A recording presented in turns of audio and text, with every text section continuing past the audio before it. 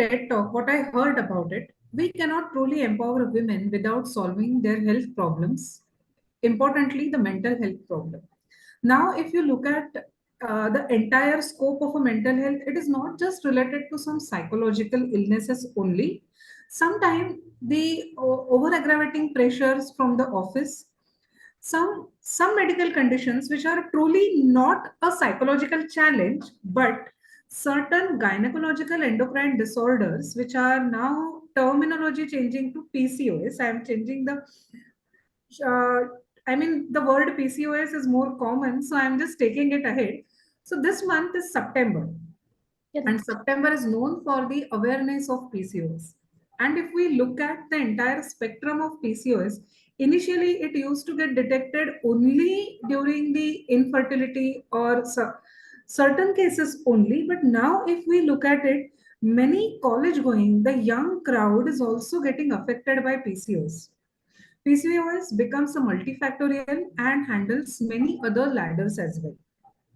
And these ladders include their skin texture, wherein they suffer from acne, the hyperpigmentation, as well as an oily skin and hirsutism, that is excess hair growth on a face, and on the same country that there is a very scanty hair or a low hair growth on a skull. And in India, now this becomes a social challenge for everyone who faces this. So, ma'am, I wish to ask you first question of our topic. How PCOS affect women in general, and is there any connection between these PCOS and mental health of women? Yeah, thank you so much, Dr. Reshma. So PCOS, as we can elaborate the term, is polycystic ovarian syndrome. It's now called a syndrome because there's a symptom, there is a number of symptoms which are present in PCOS.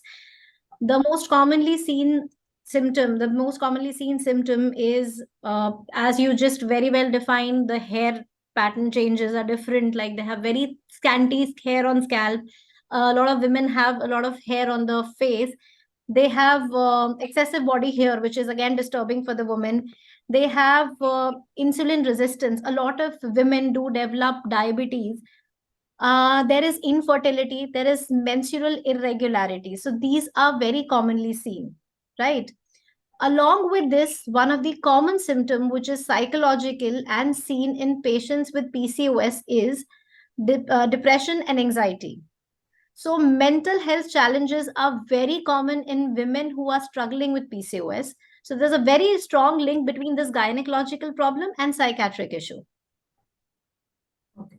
Okay. So that's a very brief and concise answer for this question. So, particularly in adolescent, young, or middle-aged women who are more affected, and as the literature says, the PCOS increases the risk in which population, more or less, whether it is adolescent, very young, or the women near the fertility, the peak of reproductive age group, or a middle age, which is the most commonly affected. And is it observed that all these women suffer from a psychiatric disorders? So most commonly what we see is that it is generally seen in the women between their 20s and 30s. So once they're just in their adolescence or out of their adolescence, they start seeing the changes. There is multiple cysts formed in the ovary. That is the main reason why it's called polycystic ovarian disease. And the main impact happens in women when they're in their 20s, and fortunately, unfortunately, is also the reproductive age of most of the women, right? And PCOS definitely affects the fertility of the woman. So that is the age when it really impacts them, because it's a big stigma when a woman is not able to conceive in everywhere across the world. So a woman in the childbearing age, especially between the age of 20 to 30 is mentioned in the literature, they suffer a lot of emotional and psychological disturbances because of PCOS, because of the changes in the hormones, in the various body changes, and not able to conceive. Plus it also affects the ability to have sex in them. They do not enjoy it. There is decreased libido. So generally 20 to 30 is the age group which is affected. Okay. Okay. So all these women suffer from a typical psychiatric disorder. Like, do they have an anxiety or attacks, or a depression? What is more common in them? So it is very commonly associated with both anxiety and depression. When it starts, when a woman just gets to know about the diagnosis, the most common thing which disturbs them is, the diagnosis. They're very anxious about it. But eventually, when they feel, it is going to affect them, they eventually lead into depression. So there's a mixed picture of anxiety and depression, which is commonly seen. Though we also get to see patients with other psychiatric issues. Like, for example, I've seen a lady with worsening of OCD during the phase of PCOS when she was. So definitely the treatment helped her a lot, and her OCD actually improved when the PCOS resolved. So depression, anxiety are common. Less common are psychosis, very rare. Bipolarity, the mood swings are very common. Hmm. Irritability is very common. So these are a few most common things we see in patients who come to us.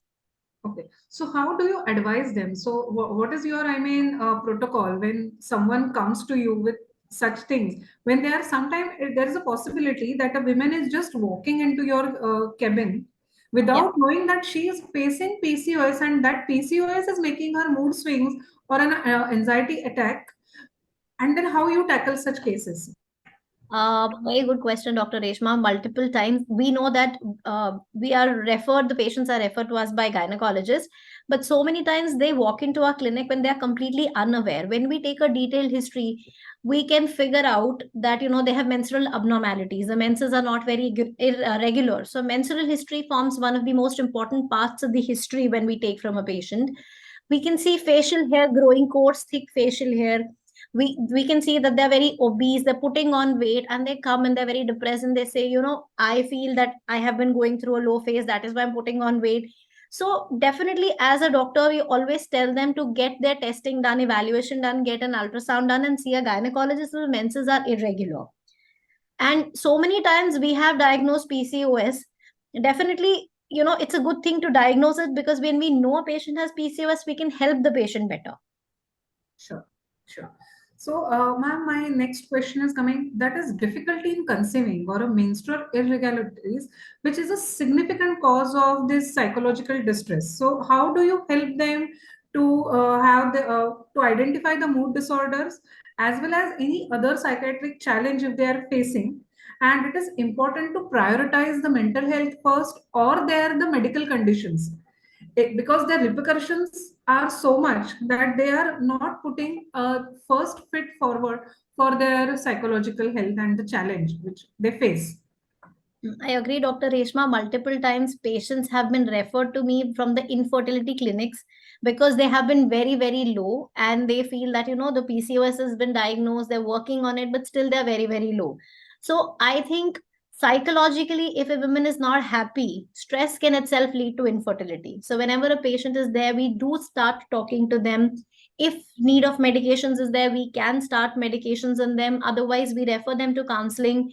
We do psychotherapy with them. We help them feel good, because till the time you're stressed out, you are anxious, you are depressed, even conception becomes difficult because of that. So I'm not saying we ignore the medical part or the psychiatric part, both go hand in hand.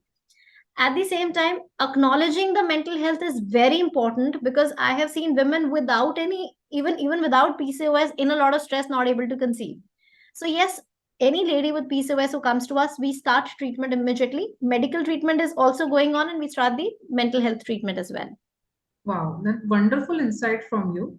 So, here I would like to ask the take-home message. What you will suggest for different age groups? As if we bucket, PCOS might be different for a young girl who is just past her adolescence and reached her puberty, someone who is at reproductive age group, and someone is a middle age who has already completed a family, but suddenly a skin tone has changed, a hyperpigmentation has been occurred on her face, or an excess hair loss, madam, Correct. and then the overweight. So there are three different buckets of the patient. So how you will provide a message for everyone who would like to take this as a advice to consult their patients ahead? So very well said, Dr. Reshma. There are different buckets of patients. There are adolescents. There are postpartum women who are diagnosed after having their kids. Their kids, the women in the reproductive age, who are not able to conceive. So there are different spheres of patients, spectrum of patient we get. So first of all, though, our message to them, it is reversible. Don't worry, you can always reverse it.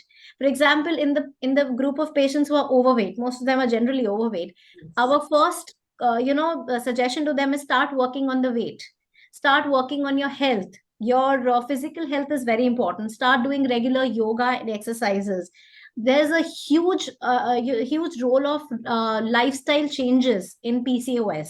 So any woman of any age, if there is overweight, we always deal with weight first.